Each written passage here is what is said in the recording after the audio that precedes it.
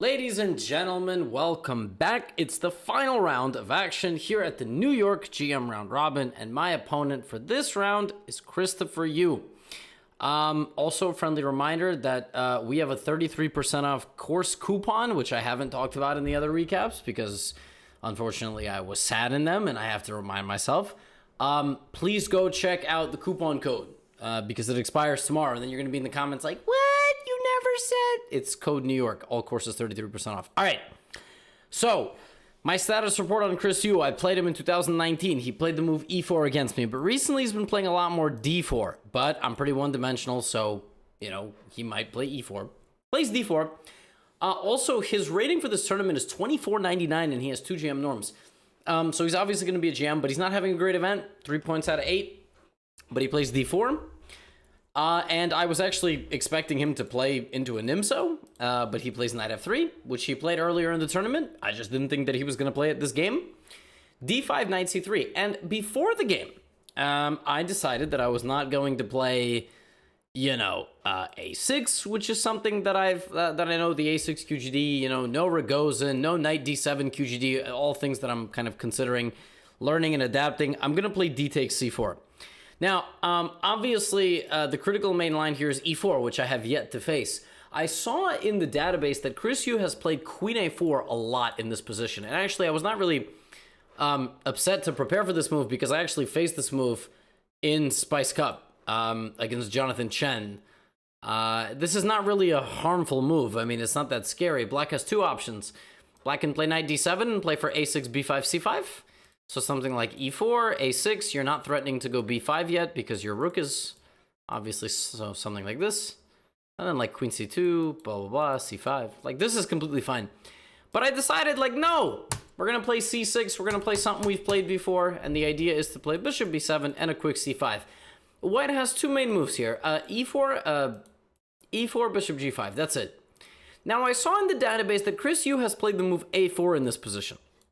That's not a popular move at all, has never been played at top level, and I saw that he played it quite a bit in Blitz, like, a lot, and I was like, that move doesn't look like it makes any sense. It's not a good move, like, it's not the theoretical move. It allows me to go b4, you don't want to surrender control of the square. So, before the round, I, briefly checked a4, and I was like, this is not a threat, this is not scary, because I'm just gonna go bishop b7, c5, whatever. Let me look at some other stuff. And lo and behold, homie plays this move instantly. And I'm like, what? So, I use my brain. I can play b4, but his knight will come here, which I don't really like. So I decide to go bishop b7. And now if he plays e4, his square is occupied. So I'm going to go b4. If he plays knight e2, I'm going to go c5. And black has at least equalized and probably is just better, frankly. So I'm like, what is this opening all about? I don't understand. Like, if he goes e5, I take his knight, and then he takes, and then I take, and then I take his pawn. I'm just a pawn up. He plays e5 instantly. I'm like, yo, does this dude have a flight to catch? Like, why is he playing so fast? Now, I have nothing better than to take here. Like, part of you is like, I don't want to go into his prep. But part of you is like, I mean, it's prep for a reason. It means it's probably equal. If I play knight d5 now, he just plays knight e4, and I've occupied my b4 square with a pawn, so I can't move my knight or bishop there. And if I try to play for c5, I mean, we'll get clamped. Bishop e3, I don't know, the machine even gives this move here to try to play knight c4. Look at this, crisscross applesauce. Knights just jump in here, beat the crap out of me. So I'm like, no, I'm going to take this, and then I'm going to take this. And here I have a thought, because I don't actually have to take this right away. And the scary thing is when a guy is playing every move instantly, he's played every move instantly, is I need to think, what the hell are the traps, right? So if I just play, so first I wanted to play here. And on bishop c3, I actually wanted to apply more pressure prior to taking the pawn. I rejected this because apparently this is what I thought. I thought after takes, queen d2, takes knight d2, even though I win his pawn, his play is too fast. Rook a7, knight c4, like even for the cost of a pawn, I can't move anything. If I play knight d7, for example, he plays this. So I was like, I gotta go king e7. I don't know. I'm not really sure about this. Looks a little bit unpleasant. I really didn't want to do this. This did not seem good.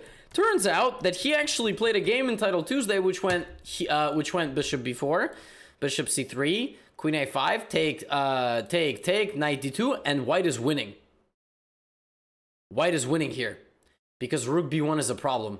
And that game went takes, rook b1 here, and he played the move queen g3, which is the top engine move. So my man knows all the stockfish lines. Like he played this against the Grandmaster entitled Tuesday and absolutely destroyed the guy. So I only found that out after, before preparing for this recap. Like, he had a game in this already. I didn't play bishop before because I thought I was positionally suffering. Turns out it just tactically loses. Okay, great. So let's play g takes f6. Now, I figured the counterplay, whether I took with queen or pawn, was going to come in the form of queen b3. Rotating the queen over and targeting my bishop. So, you know, he plays queen b3. And now I had two ideas. Number one, be solid, queen c7. I rejected queen c7 because of the stockfish move. It turns out bishop c4. And I have almost no moves. Like, if I play bishop e7 and he castles, I don't know what my next move is. Because if I play knight d7 trying to go knight b6, I mean, he can just play a5. He can also, at any moment, play bishop a3 and trade off my dark squared bishop. He can also, if I try to play too quickly, like with c5, play rook c1 or d5. So queen b3 ultimately comes after I decide to take on f6 with my pawn. And I'm like, all right, if I play queen c7, it's just way too slow. I mean, I can't play queen c7. So I decide to play knight d7.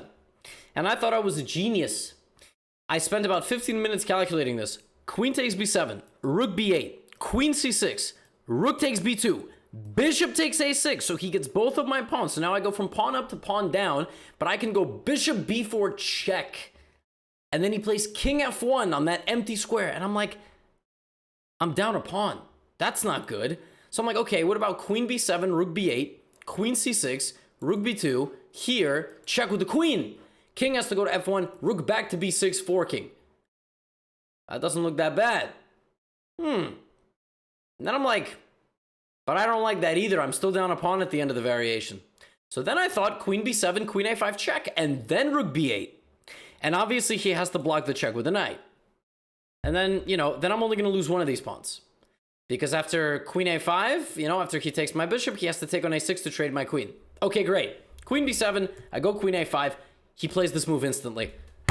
I'm like, yo, come on. What? I mean, I just calculated knight d2, rook b8, queen a6, takes, and rook b2. I mean, are you kidding me? This is not the best way to play. This is not the best. And he just plays king d1 immediately. It's been 15 moves. The dude is up 40 minutes on the clock. 40 minutes. And I'm like, I mean, I got to play faster, but what the hell is this position? So I play rook b8. He takes. We trade queens. I go here. He plays this move instantly. I'm like, yo. Now this move, you would think I can go rook f2. You would think. But I was terrified of a5. I mean, how do I stop the pawn? How do I stop this pawn? If I take another pawn, he plays bishop f1 or bishop b7 and the pawn just promotes. I mean, I have no way to stop this pawn. I'm like, dude. So I'm like thinking. I come up with a way to get some quick development. Bishop to b4, attacking his rook. He plays rook e2 instantly, obviously. And I was thinking here to just keep the rook, but I decided to trade. I figured he has to take with his bishop because it's the only thing that makes sense to open up this. And then I was going to go king e7, a5, rook a8, a6, and defend this position. I mean, I was just going to try to defend this position as strong as this pawn is. He takes with the king after like 3 minutes of thought, at which point I'm down 55 minutes, if not a full hour on the clock here. And I'm like, this is completely ridiculous. How is he so prepared in this completely obscure line? Like, man, he just built up a bunch of experience playing a blitz. I'm like, okay, what are his threats? Well, if I play king e7, which was my original idea, he's going to go bishop b7 with tempo.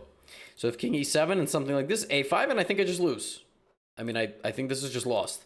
I don't understand how I'm going to stop him. King b6, hang on for dear life, rook b1, rook, like, it's, it's not going to work. So I realize I can actually play this kind of ugly move, king d8. The point of king d8 is I actually get to c7, defend my pawn, and also rook a8 is coming. And he's also waited a little long. If he plays a5 now and bishop d3, I mean, my king is close. Like, it's, I'm going to win this pawn. I have to be careful not to blunder h7. So just at some point, I have to be careful not to blunder it. But I don't always have to play h6. It could be a waste of time. But he plays rook b1, attacking my bishop, and I'm losing here basically except for one move. I'm losing here except for the move bishop to a5. I have to block the pawn. And now is a very difficult decision for white. How do you continue to try to make progress into black's position? If you bring back your bishop, that's fine, but king c7, knight b6, I mean, the problem is you never actually pushed your pawn. He waited too long to push the pawn. If he tries to play rook c1 and go for this weakness, that's fine. Rook b8, bishop e4, rook b6.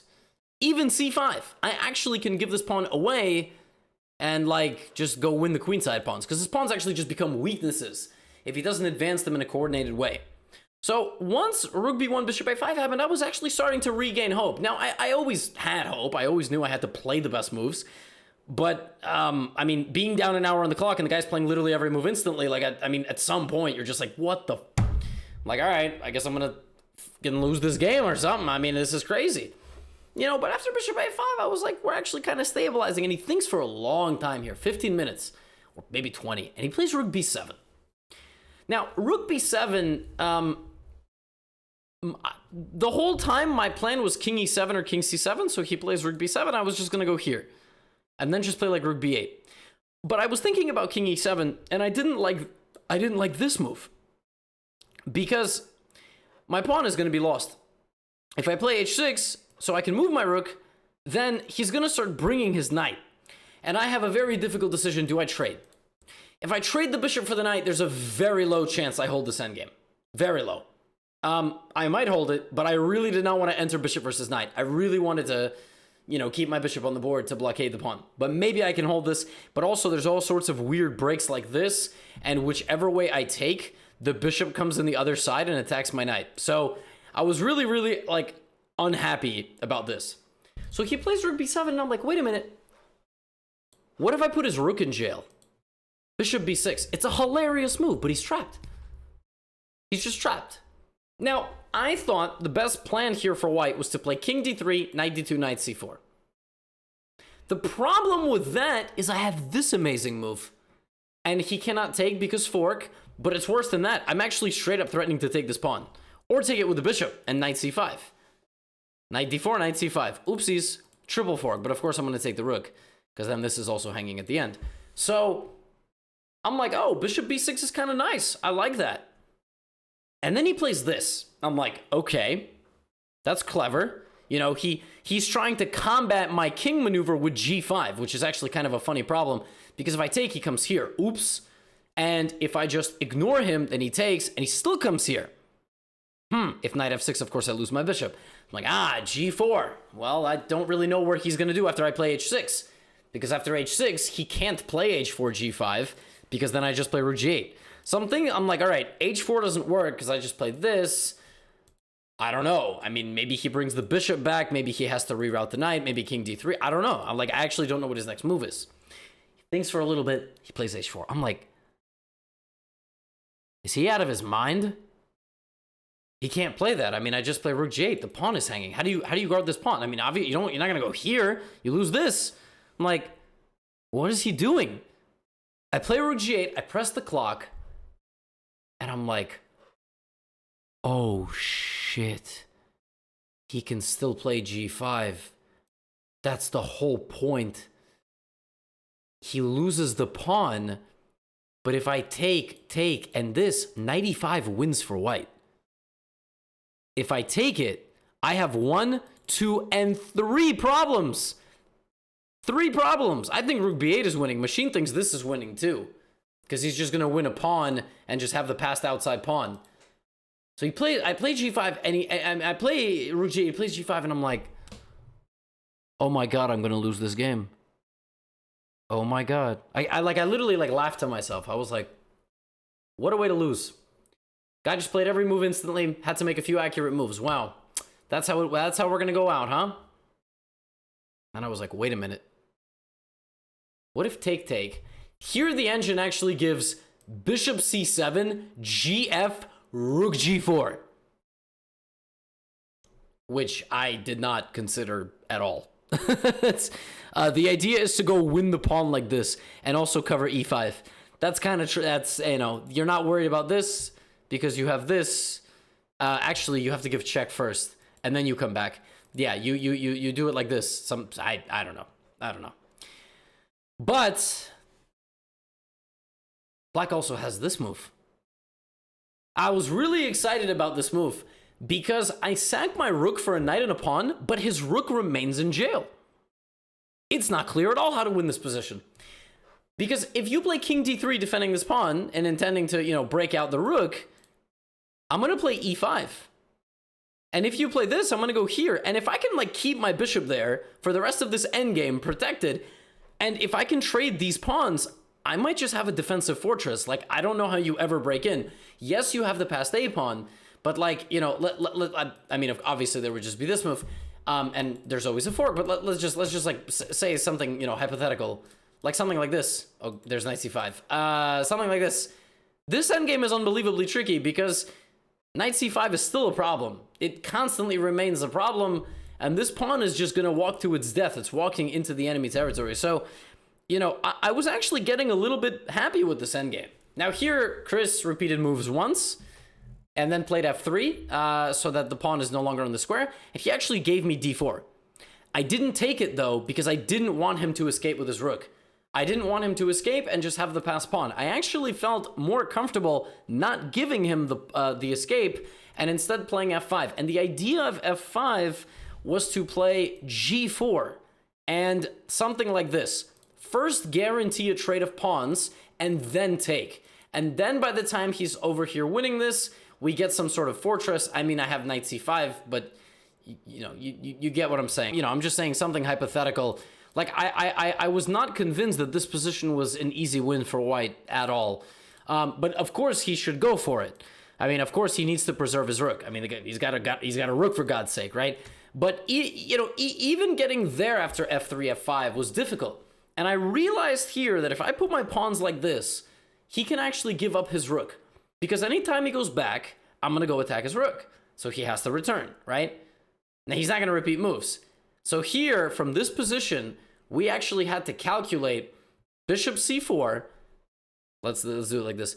Bishop c4, king c8, rook takes b6, knight takes b6, bishop e6, forking my knight and my king and my other pawn. And now I have to move my king to b7 in order to go after this pawn. Keep in mind that the knight is still attacking the pawn, so the pawn goes to a5 before the bishop takes my pawn on f5. Knight goes to d5, bishop takes pawn on f5, king comes up to a6 to attack the pawn on a5. And now he has a free move, and his free move is to go attack my weak pawn on c6. Did you have difficulty remembering that? That's fine. This is for all you folks that always say, I saw that move and you didn't. Yeah, well, did you see 8 moves into the future? No. Shush. So, all of that happens, but first he repeats moves to get my hopes up that he's going to make a draw. Knight b6, rook b6, knight b6. I was like, you really going for this? Take, here, push, in between move, knight d5 only move, bishop f5, king a6, bishop here. Now, I have a choice. Originally, I was going to go knight e7. I didn't like this because this king is about to come feast on this horse. King e3, king a5, king e4, king b4, king e5, something like this. This looks scary. Now, it's probably still a draw if I can kind of hang on right here. If I can get to c3 and not let his king go any further. King e6 just doesn't work. I run away. He can take this. I take this. Knight e7 was an option. It was an option, but I liked an active knight a little bit more. I liked the fact that my knight cannot be a target, and he's still going to walk in and try to win both my pawns, shielding my king away from this pawn, and then winning my pawn and going over here. So, king e3, king a5, king e4, king b5. Now, I would like to get that same situation. I want to touch this pawn. Like, hey, can't go anywhere. Here he plays a nice move, cutting me off. And I have a pretty difficult decision to make because it's not so clear what to do. I can just kind of calmly walk around with my king, and I'm sort of relying on the fact that king f5 is never possible because of this, right? So that's sort of what I'm relying on. I decide to play c5. And I calculate here 2 things. Obviously, this is a draw, because even though he's going to win my pawn, this is a drawn endgame like all the time, because this pawn just can't get through. Like, if you're not an idiot and you don't lose your knight, because you just have a dark squared blockade, they can never get past you. So I play c5, and all I have to calculate is d5, c4. And I calculate d5, c4, d6. I have to come back. He goes d7. I go king c7. He goes after my pawn. He obviously can't take it because this, if he goes after my pawn, knight back, king takes, fork. Beautiful. Now, d5, here, c3 takes king c5. Draw. I sack my pawn as a decoy, get the active king, I'm going to win the pawn on d5. So I play I play c4, this takes, and the rest of it is kind of a matter of technique. He played on a little bit, just making sure that I didn't do anything stupid. And then finally I get my nice moment here. I found a way to force a draw to play knight e2, pawn up, knight here, and I want to land a fork on that square, on the fork on the king and the pawn. So I go here, attack the bishop, make sure the bishop has to go away, and when it does, here, draw. So we end the tournament with 4 points out of 9. We gained 10 rating. I also scored 4 points out of 9 in Charlotte, which was a little different. I had 2 losses and 1 win. Here I had 2 wins and 3 losses. The game, honestly, this tournament came down to 1 game. If I hadn't lost to Denis Shmilov in the 7th round the way I did, if I drew that game or even won, if I won that game, I would have been on top of the world. 5 out of 9, awesome tournament.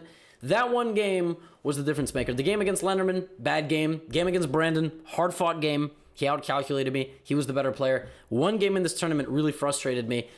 In all the others, I fought, you know. I had good chances. I had good fighting chances. And I was pretty comfortable in, you know, most of the openings that I got in the games that I got. But for the foreseeable future, this is the final tournament. This is the final game.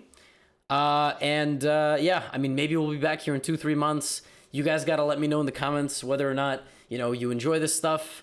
I mean, I know you do, but maybe seeing you rally together in the comment section will motivate me to play again in January, because I think I'll be taking off the entire month of December to resume my GOAT status here on YouTube. So thank you all for your support throughout this tournament. It was honestly tremendous fun playing in New York City, traveling back and forth from the venue back home, hanging out with Lucy, making a recap, eating my food, and immediately going back for my second game. And yeah, you know, your support is humbling. The fact that all these recaps continue to get 300,000 to 400,000 views is absolutely unreal. And I felt the best about my chess, and I think you can tell my attitude was the best in this tournament than it has been in all my other ones. And yeah, I think mindset played a big role. So tournament is over. Unhappy about 1 game out of 9, but overall interesting and exciting chess. And this is it for now. Peace out. Signing off one last time for my own recaps. Get out of here.